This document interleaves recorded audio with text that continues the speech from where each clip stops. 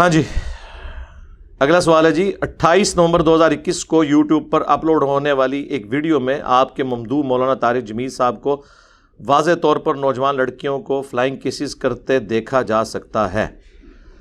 کیا اب بھی آپ جیسے منصف مزاج لوگ ایسے مولانا صاحبان کی سپورٹ جاری رکھیں گے؟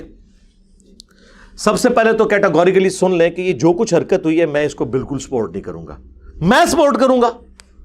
مجھ سے آپ ایکسپیکٹ کر سکتے ہیں؟ میں تو سیکس ڈسپلن کے معاملے میں اتنا سخت ہوں کہ بڑے بڑے چیمپئن اتنے سخت نہیں ہیں، یہ آپ لوگوں کو پتا ہے۔ آج تک کسی پبلک گیدرنگ میں نہیں گیا میں،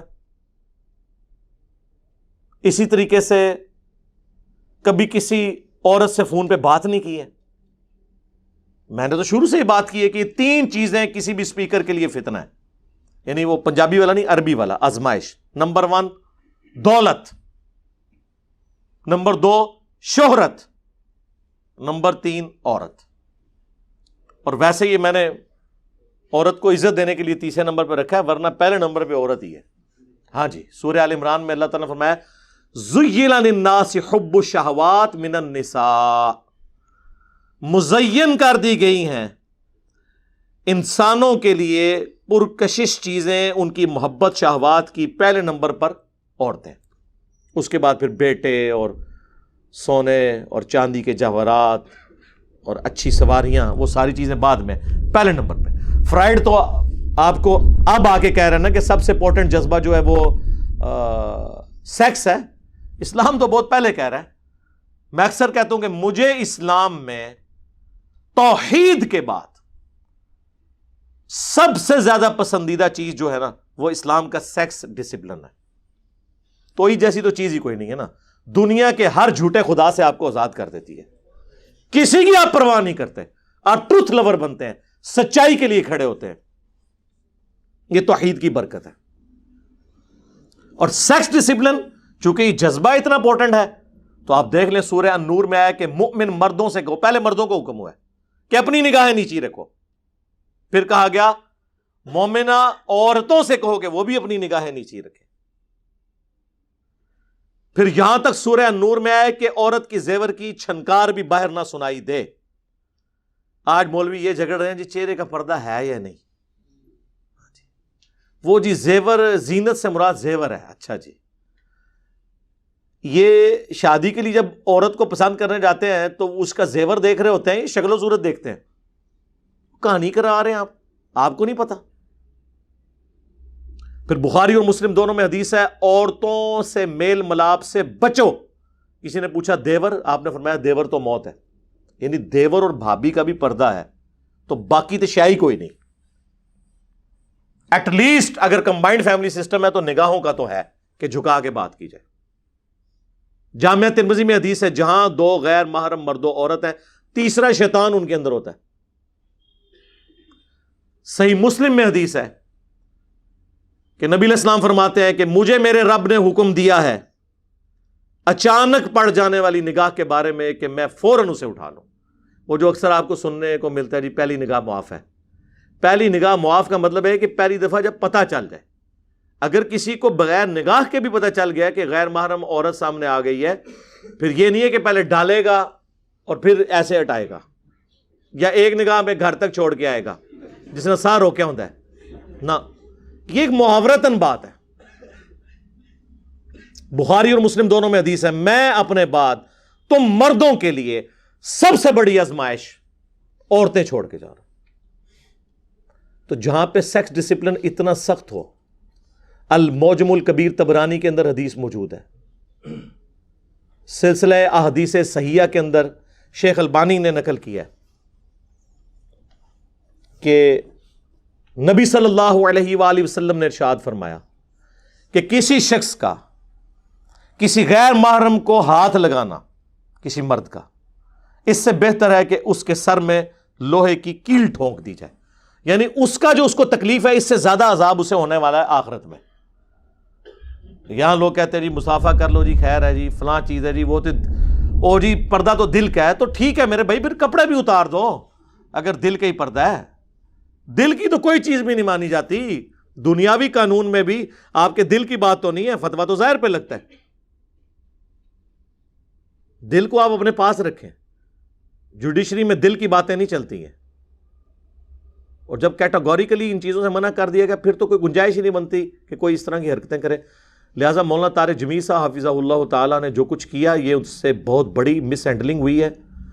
اور میں یہ سمجھتا ہوں کہ یہ بڑے لوگوں کی زندگی میں جو چند ایک واقعات جن سے ان کی پوری زندگی زیرو سے ملٹیپلائی لوگ کر دیتے ہیں، ہونی نہیں چاہیے لیکن کر دیتے ہیں، ان میں سے ایک واقعہ ہے جو مولانا کے ساتھ ہوا. اور میں نے 3-4 دن پہلے انہیں فون پہ باقاعدہ میں نے ان کا موقف، جس طرح وہ صحافی حضرات لیتے ہیں نا، تو میں نے ان سے موقف لیا. میں نے کہا یہ آپ نے کیا کیا ہے؟ کہتے ہیں بیٹا میری تو ایسی کوئی نیت ہی نہیں تھی، وہ تو میں ان کو اپنی بچیوں کی طرح دیکھتا ہوں. اور مجھے کہتے ہیں مجھے تو یہ پتہ ہی نہیں تھا اسے فلائنگ کس کہتے ہیں. یعنی یہ نام نہیں پتا ہوگا، ویسے تو یہ استلام کرتے ہیں نا وہ حجر اسود کا بھی طواف کعبہ میں دور سے یوں کر کے، سنت ہے اگر آپ وہاں تک پہنچ نہ سکیں تو کہتے ہیں مجھے یہ پتہ نہیں تھا. پھر وہ خود ہی خیر کہنے لگ پڑے، کہتے ہیں وہاں پہ بچیوں نے شور ہی اتنا مچایا ہوا تھا، یعنی وہی فیم اور شہرت کی وجہ سے وہ ڈسیو ہو گئے نا. وہ کہتے ہیں ایسے جذبے میں تھے لوگ، اب یا تو تھا کہ میں سب کو مل لیتا یا یہ تھا کہ میں یوں کر لیتا. تو وہ میں نے ان کی دل جوئی کے لیے کیا. میری تو بچیوں کی جگہ 70 کے قریب ان کی عمر ہے آلموسٹ، حقیقت بھی ہے. ان کے ذہن میں نہ وہ اس طرح کا ان کا پریویس ٹریک ریکارڈ بھی کوئی اس طرح کا نہیں ہے کہ وہ اس طرح کے ہوں.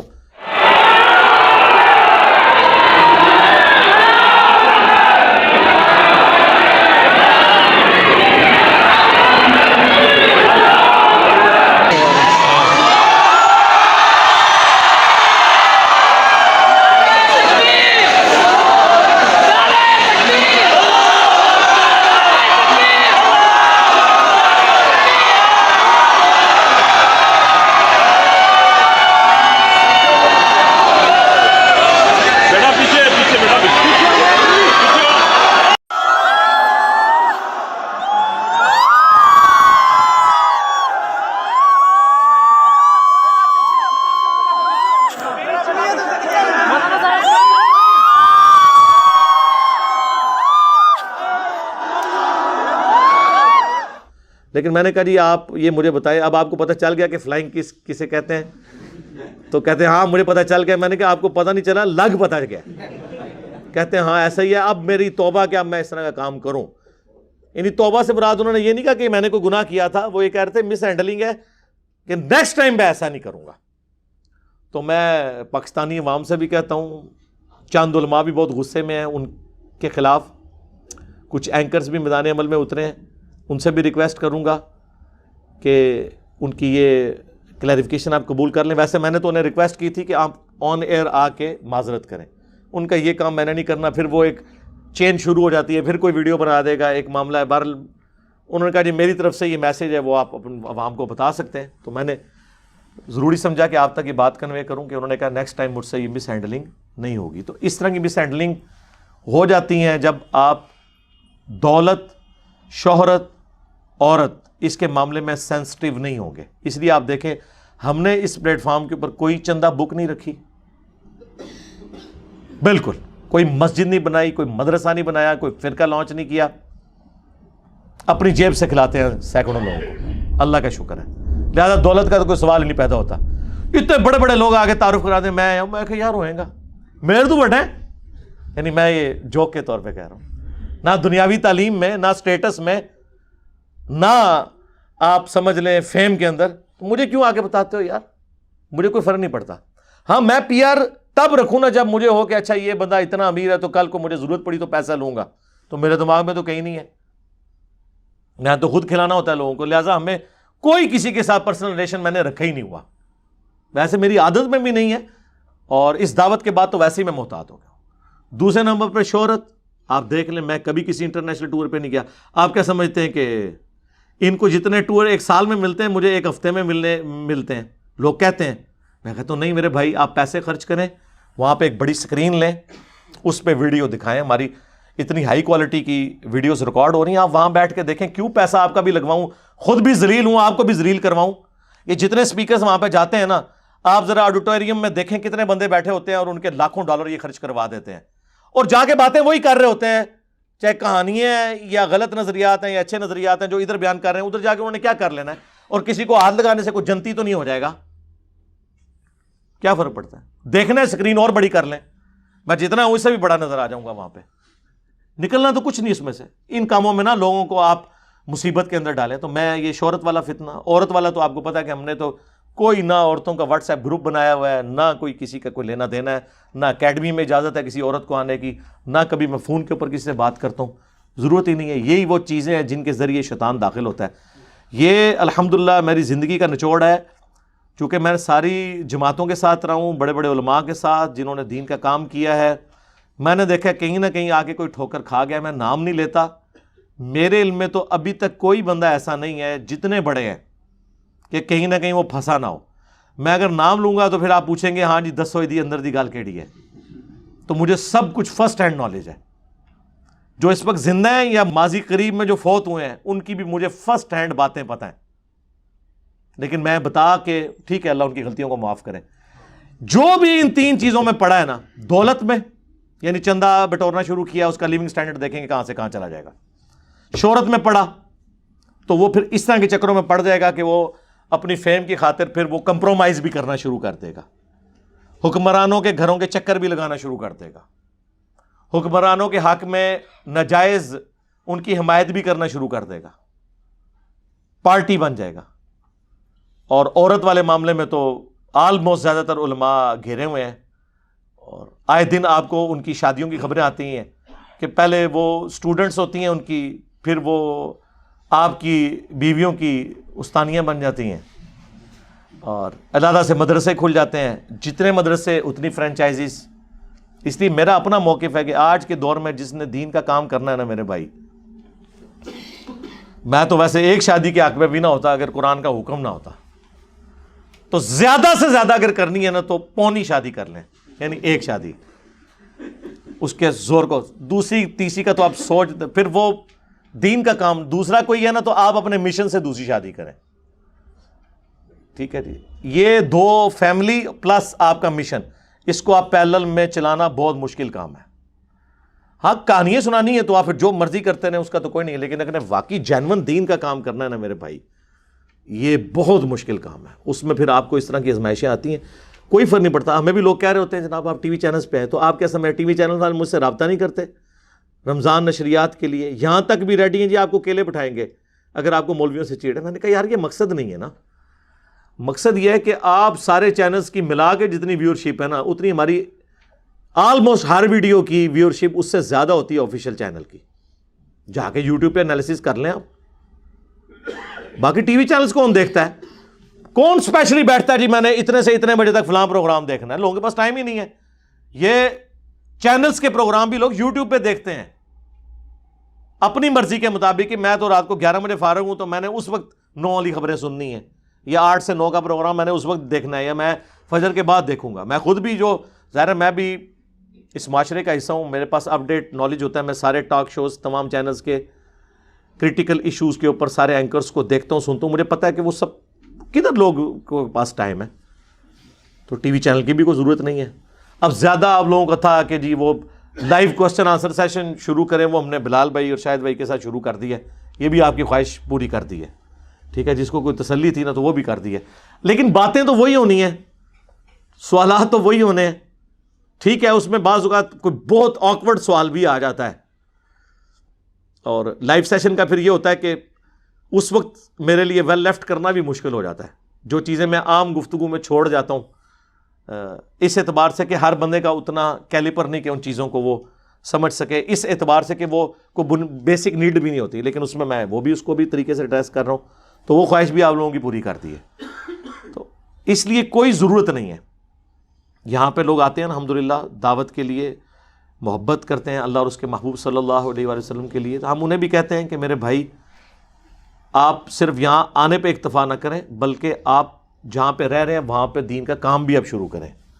پوری زندگی ان طالب علم تو نہیں نہ رہنا، پریکٹیکل لائف بھی آؤ نا، ٹھیک ہے نا، کوئی کام بھی کر کے بتائیں، تو اس میں یہ ساری کی ساری چیزیں ہوتی ہیں۔ باقی طارق جمیل صاحب کے بارے میں مجھے کئی معاملات میں ان سے اختلاف ہے، بیسیکلی کئی چیزوں کے اوپر ان کی، یعنی وہ ظاہری چیزوں پہ، اندر سے میرا اور ان کا اختلاف کوئی نہیں ہے، سوائے اس کے کہ جو چیزیں آپ مانتے ہیں یہ اوپنلی پبلک کو بتائیں بھی آپ پبلکلی، وہ پھر اس طریقے سے ظاہر ہے چونکہ ایک مکتب کے پلیٹ فارم سے چل رہے ہیں ان کے لیے مشکل ہو جاتا ہے۔ آپ دیکھ لیں اس دفعہ نومبر کا جو اجتماع تھا 2021 کا، اس میں طاہر جمیل صاحب کو بیان نہیں دیا رائے ونڈ والوں نے، میں نے ان سے باقاعدہ پوچھا ہے، کہتے ہیں بیٹا چھوڑیں یہ تو پھر لمبی کہانی شروع ہو جائے گی، حالانکہ مجھے پتہ ہے کہ کیا ہے، میں ویسے پوچھ رہا تھا، تو بس ان کا یہی جواب دینا، مجھے جواب مل گیا کہ ہاں میرے پاس جو سٹوری ہیں نا وہ ٹھیک ہے، کہ نہیں وہ دیتے، نہیں لانا چاہتے کسی ایسے بندے کو اوپر جو تھوڑا سا آؤٹ آف باکس تھنک کرتا ہے، وہ نہیں لانا چاہتے اس کو، اس لیے انہوں نے ان کو بھی آپ دیکھ رہے ہیں۔ باقی علماء نے جو ان پہ غصہ نکالا ہے وہ آپ کے سامنے ہے، ان کو کہتے تھے مردود ہو گیا، یہ ہو گیا۔ میرے ساتھ فون پہ کئی دفعہ ان کی بات ہوئی ہے، وہ یہی رونا روتے ہیں کہ یار یہ ہمارے علماء کیا کرتے ہیں، ایک بات میں اختلاف کر کے اگلے بندے کو زیرو سے ملٹیپلائی کر دیتے ہیں۔ وہ انہوں نے حدیث بیان کر دی تھی نا، من کنت مولاہ فہذا علی مولاہ، صحیح حدیث متواتر، غدیر خم کی حدیث۔ تو یہ نہیں کسی نے کہا کہ یہ حدیث غلط ہے، وہ کہتے ہیں جی ضروری تو نہیں تھی نا بیان کرنی، ٹھیک ہے جی، اس سے تو شیعہ کو تقویت ہوتی ہے، وہ تو ٹھیک ہے سر، پھر کل آپ توحید کی آیات پڑھیں گے تو کہیں گے اہل حدیث کو تقویت ہوتی ہے، کل کو آپ بخاری مسلم سے نبی علیہ السلام کے معجزات پیش کریں گے تو وہ کہیں گے بریلویوں کو تقویت ہوتی ہے، اہل بیت کی شان سے شیعہ کو تقویت ہوتی ہے، فضائل صحابہ بیان کرنے سے دیوبندیوں کو تقویت ہوتی ہے۔ اس پہ میں ایک جملہ بولا کرتا ہوں کہ ہر سچی بات کرنے سے کسی کے گلے میں ہار جا رہا ہوتا ہے تو کسی دوسرے کی دم پہ پاؤں پڑ رہا ہوتا ہے، چلے دم پہ پاؤں نہ کہ مفادات پہ ضرب، وہ کہتے ہیں جی سخت لفظ بول دیا، یہ محاورتاً بولا جا رہا ہوتا ہے نا۔ کوئی بھی آپ سچی بات کریں، ایک فرقے کے گلے میں ہار پڑ رہا ہوتا ہے اور دوسرے کی نہ نظر آنے والی دم پہ پاؤں پڑ رہا ہوتا ہے، یعنی مفادات پہ ضرب پڑ رہی ہوتی ہے۔ آپ دنیا میں ہر بندے کو خوش کر کے چل ہی نہیں سکتے، سوائے اس کے ہاں ایک فارمولہ ہے کہ منافق بن جائیں، جدھر بیٹھیں اس کی بات کریں، لیکن انشاءاللہ تعالی ہمارا تو یہ ایکسپیرینس ہے کہ منافق دنیا میں بھی ذلیل ہوتا ہے، آخرت میں بھی ذلیل ہوتا ہے، وقتی طور پہ اسے بینیفٹ ضرور ملتے ہیں لیکن پھر ہمیشہ کی رسوائی اس کا مقدر ہوتی ہے، یہ اللہ تعالیٰ کا فیصلہ ہے، یہ ذہن میں رکھیے گا، اللہ تعالیٰ ضرور ذلیل کرتا ہے ایسے شخص کو۔ تو طارق جمیل صاحب کی طرف سے میری کلیریفیکیشن بھی میں نے آپ تک کنوے کر دی، ان تک تو میں نے کہہ دیا کہ آندہ، انہوں نے کہا جی میں اس طرح کام نہیں کروں گا، لہذا اس معاملے میں آپ ان کو معذور سمجھیں کہ انہوں نے، ان کی نیت ویسے نہیں تھی لیکن مسئلہ ضرور مس ہینڈل ہوا ہے، یہ وہ خود بھی مان رہے ہیں کہ ایسا نہیں ہونا چاہیے تھا، لیکن انہوں نے کہا مجھے پتہ نہیں تھا کہ اتنا ورسٹ مطلب لیا جائے گا۔ یہ حقیقت بات ہے، ان کو تو چھوڑ دیں یار، میں میکینیکل انجینئر ہوں، ٹاپ کی یونیورسٹی سے میں پڑھا ہوا ہوں، میں آپ کو اس ممبر پہ بیٹھ کے کہہ رہا ہوں یہ جو مینار پاکستان والا واقعہ ہوا تھا نا،